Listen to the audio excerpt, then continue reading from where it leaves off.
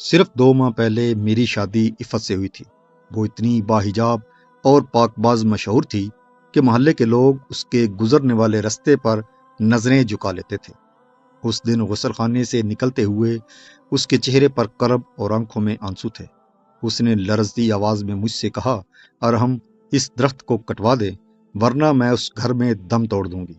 میری غیرت مر رہی ہے کہ جب میں غسل کرتی ہوں تو ان شاخوں پر بیٹھے پرندے مجھے تکتے ہیں۔ کیا میری حیا کی قیمت ان پرندوں کے ٹھکانے سے بھی کم ہے؟ میں ساکت رہ گیا۔ مجھے لگا میری بیوی کوئی آسمانی مخلوق ہے جس کے تقوی کا معیار فرشتے بھی سمجھ سکتے ہیں۔ میں نے اس کے مقدس حیا کی خاطر اس بوڑھے درخت کو جڑ سے اکھاڑ پھینکا۔ اس دن میں نے کلہاڑی درخت پر نہیں، اپنی عقل پر چڑھائی تھی۔ وقت گزرا اور ایک دوپہر جب میں دفتر کی چابیاں بھول کر اچانک گھر لوٹا تو صحن میں وہی سناٹا تھا، مگر غسل خانے کے قریبی کمرے سے عجیب سی آوازیں آ رہی تھی۔ جب میں نے قریب جا کر کھڑکی سے دیکھا تو مجھ پر قیامت ٹوٹ پڑی۔ وہ ایک ایسے شخص کے ساتھ منہ کالا کر رہی تھی جسے میں اپنا بہترین دوست سمجھتا تھا۔ وہی عورت جو پرندوں کی نظر سے بے پردہ ہو رہی تھی، آج ایک غیر مرد کے سامنے اپنی تمام تر حیا نیلام کر چکی تھی۔ میرا دل نہیں، میری کائنات اجڑ گئی۔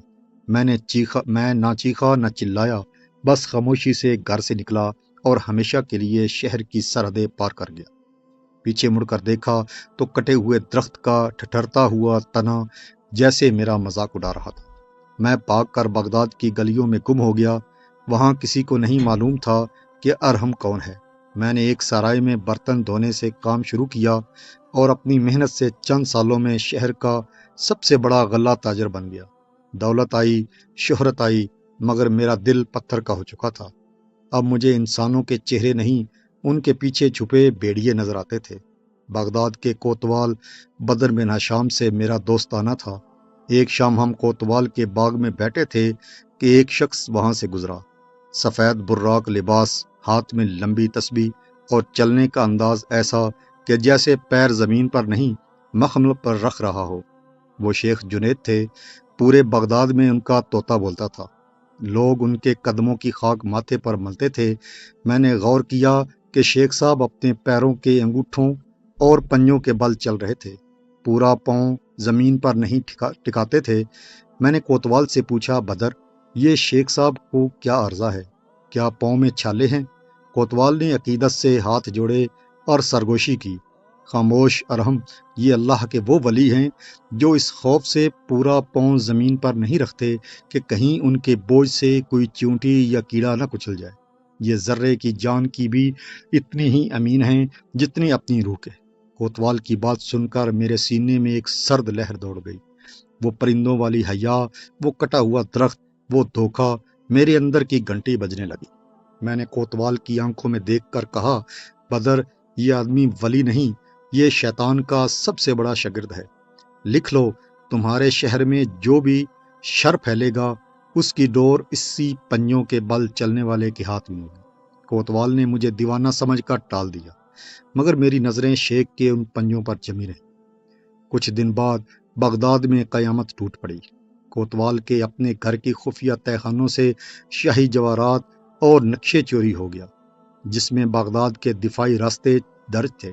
شہر کو سیل کر دیا گیا۔ سینکڑوں مشکوک افراد کو کوڑے مارے گئے، مگر چوری کا سایہ تک نہ ملا۔ کوتوال بدر بن ہشام سر پکڑ کر بیٹھ گیا۔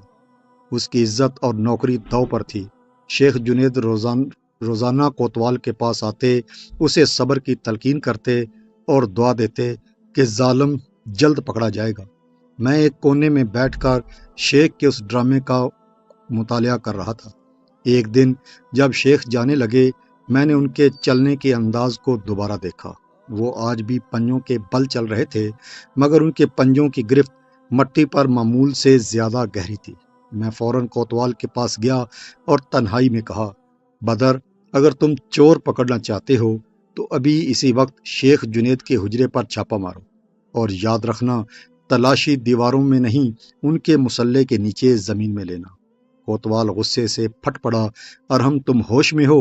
شیخ پر شک، وہ جو ایک چونٹی کو کچلنا گناہ سمجھتے ہیں۔ میں نے اس کا گریبان پکڑ کر کہا، وہی جو چیونٹی بچانے کا ناٹک کرتے ہیں وہی انسانوں کی ہستیاں اجاڑتے ہیں۔ یہ میرا تجربہ بول رہا ہے، وہ کٹا ہوا درخت بول رہا ہے۔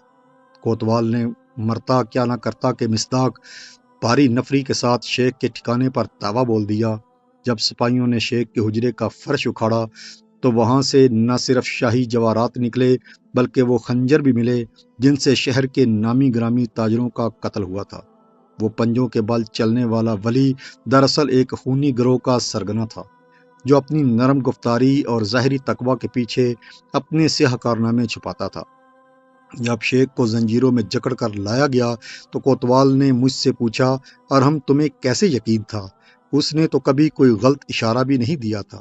میں نے مسکرا کر کہا، بدر، نیکی فطری ہوتی ہے، اسے اشتہار کی ضرورت نہیں ہوتی۔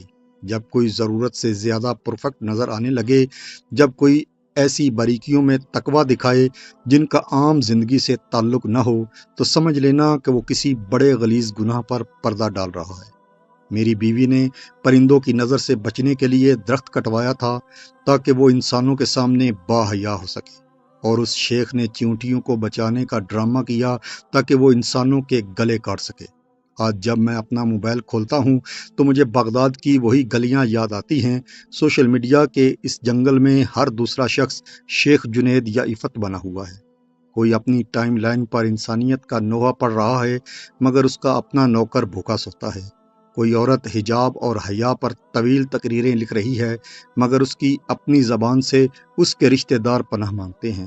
یہ لوگ ڈیجیٹل مسلوں پر بیٹھ کر پنجوں کے بل چلتے ہیں تاکہ دنیا انہیں فرشتہ سمجھے، لیکن یاد رکھیں، سچی نیکی وہ ہے جو تب بھی قائم رہے جب کوئی دیکھنے والا نہ ہو۔ اگر آپ کو کسی کی اصلیت جاننی ہو تو اس کے فالورز کی تعداد نہ دیکھیں، بس اس سے ایک بار اختلاف کر کے دیکھ لیں۔ اس کے ماتھے کی شکنیں اور اس کی زبان سے نکلنے والا زہر آپ کو بتا دے گا کہ اس نے اپنی ٹائم لائن کے پیچھے کتنے درخت کاٹے ہیں اور کتنا چوری کا مال چھپایا ہے۔ جو لوگ آپ کے سامنے پرندوں اور چیونٹیوں کی فکر میں مر رہے ہوتے ہیں، اکثر وہی لوگ آپ کی پیٹھ میں خنجر گھونپنے کا ہنر سب سے بہتر جانتے ہیں۔ اللہ تبارک تعالیٰ سے دعا ہے کہ وہ ہمیں ایسے لوگوں سے اپنی پناہ میں رکھے اور ہمیں منافقت اور تنہائی کے گناہوں سے اپنی حفاظت میں رکھے۔ اگلی ویڈیو تک کے لیے اپنے میزبان کو اجازت دیجیے۔